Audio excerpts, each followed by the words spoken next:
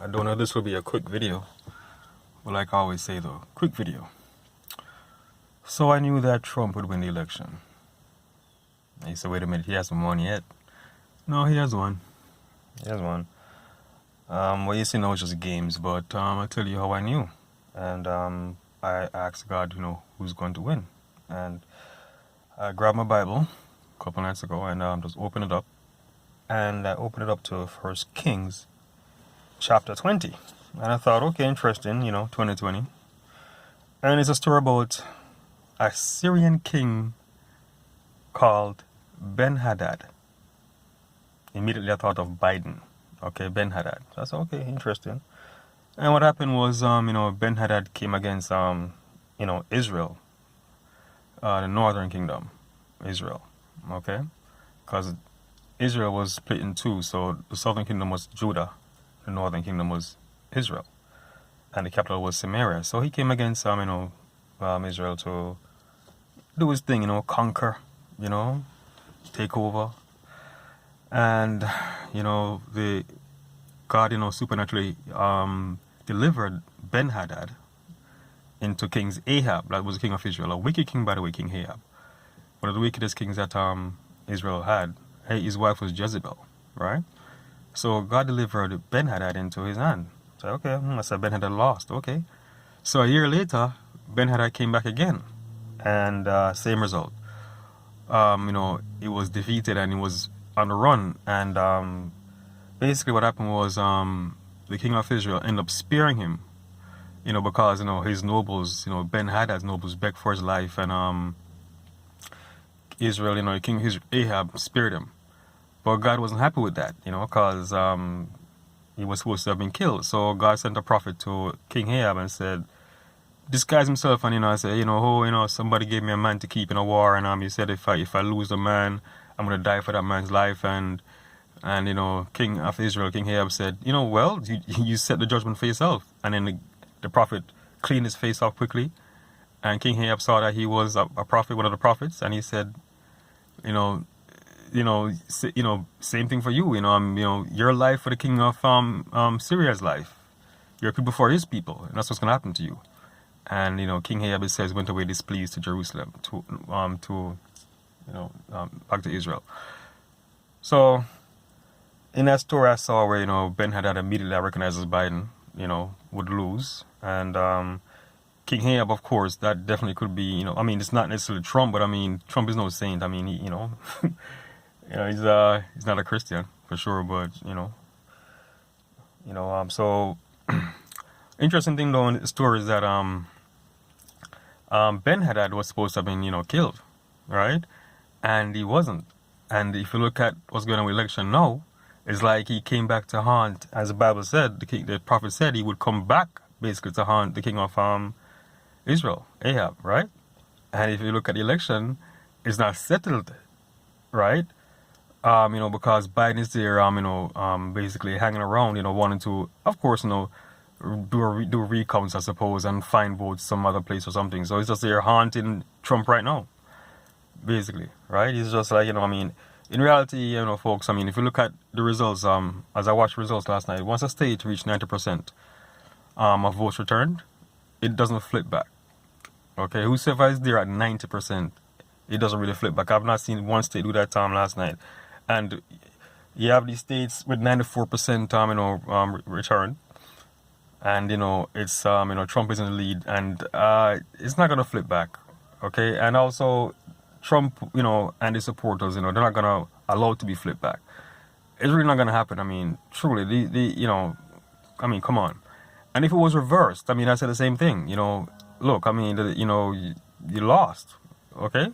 94% return, votes returned, not 80 something, I see a state, I think it's Arizona, with 80-something% votes returned, and they give it to Biden.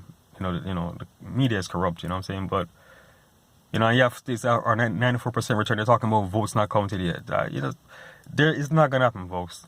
Trump is not gonna allow people to flip these states. It's just not gonna happen. Simple as that. So it's like in the story, Ben-Hadad comes back to haunt Ahab, King Ahab. He comes back to haunt him. right? It's not a, it's not a straight up victory. It should have been a victory where the king of Israel should have killed him, but he spared his life, and now he's haunting King Ahab. And as far as the Bible says, it went on where his life, I don't know, I don't recall exactly the Bible told us what happened in the future, but the Bible, the prophet said his life for your life, his people for your people. So his decision not to kill Ben-Hadad came back to haunt him. Now, I was watching the election results last night, and I said, okay, I'm going to my bed. I see where this is going, but I'm going to bed. So I say, let me see if I can get another word on the election. Let me see if I can get something else on the election. So again, grab the Bible, prayed, open the Bible up, and I opened up to Nehemiah Chapter 7. And by the way, with 1 Kings Chapter 20, Ben-Hadad came and laid a siege against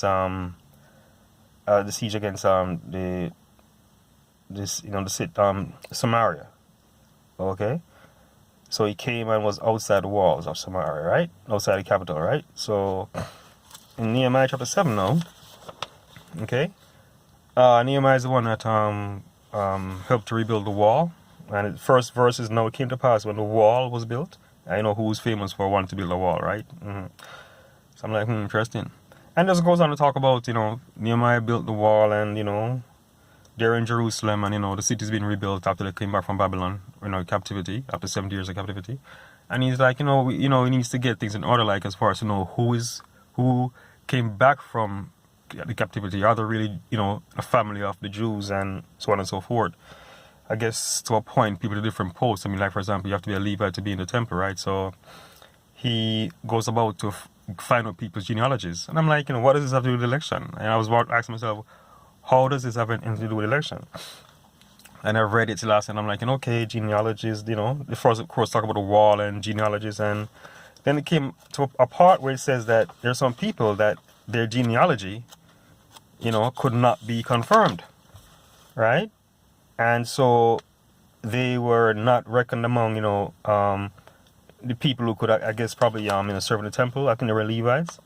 And I don't see the exact, okay, it says here, and the priests, and of the priests, now priests have to be a Levite to serve in the temple, right? And of the priests, the children of Habiah, the children of Cuz, the children of Barzillai, which took one of the daughters of Barzillai, the Gileadite, to wife, and was called after their name.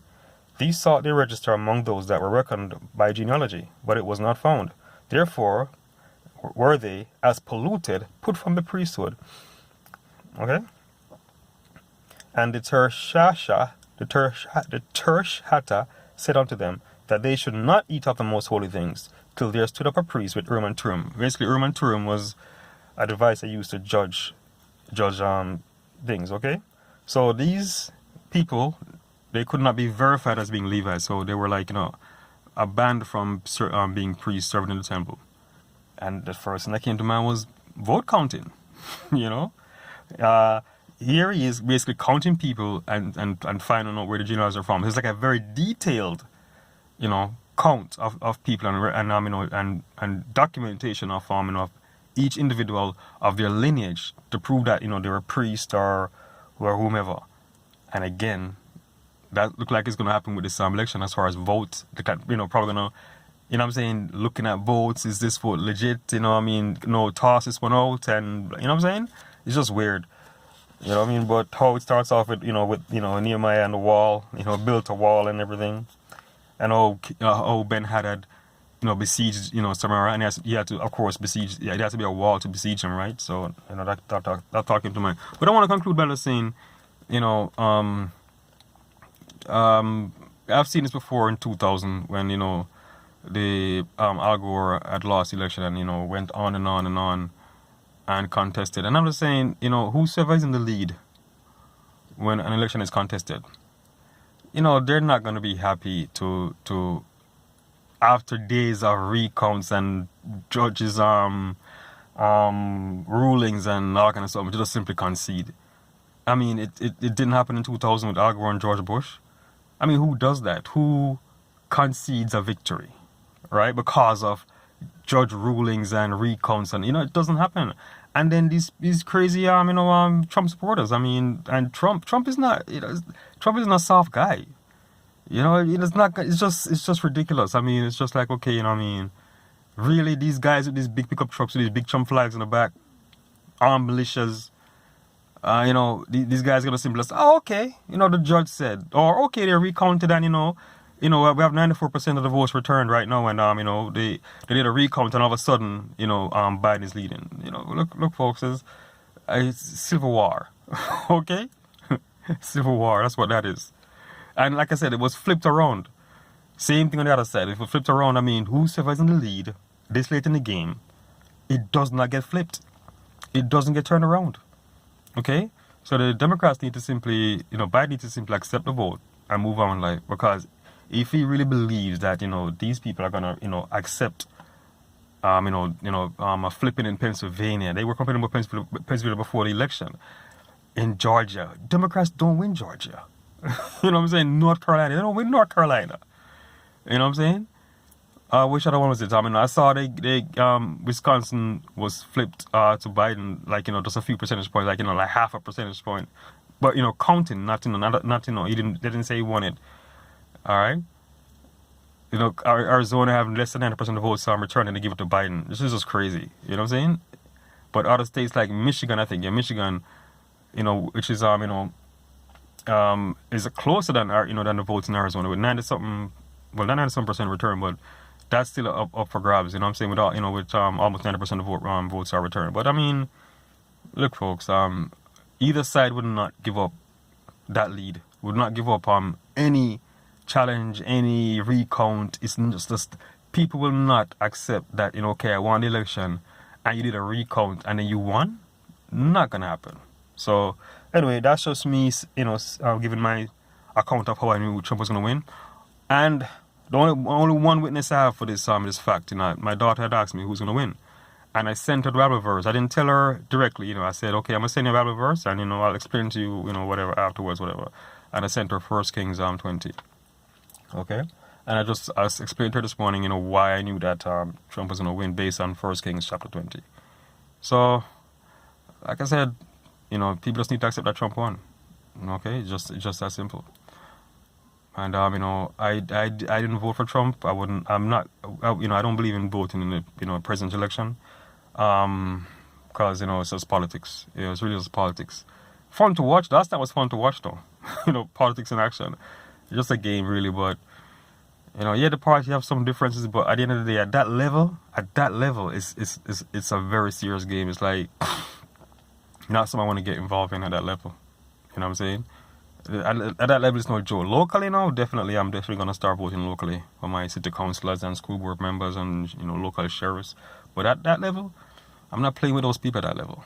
Let them do them thing. They will do their thing.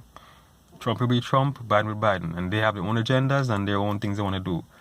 You know what I'm saying? So, that's my thought on the matter. Just what I thought I'll let you know that. And Jesus Christ is Lord. Don't you know? Yeah.